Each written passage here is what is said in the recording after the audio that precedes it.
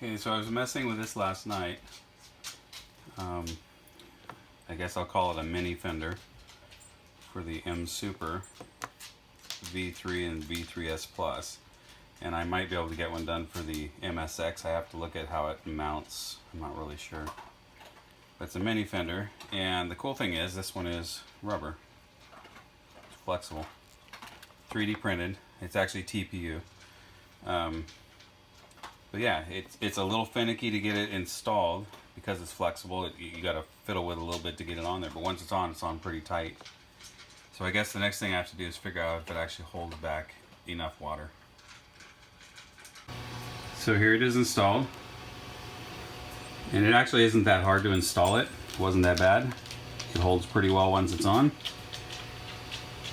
And the next thing I do is figure out, does it actually hold back any water to keep it off your back. So I'll do some testing with that.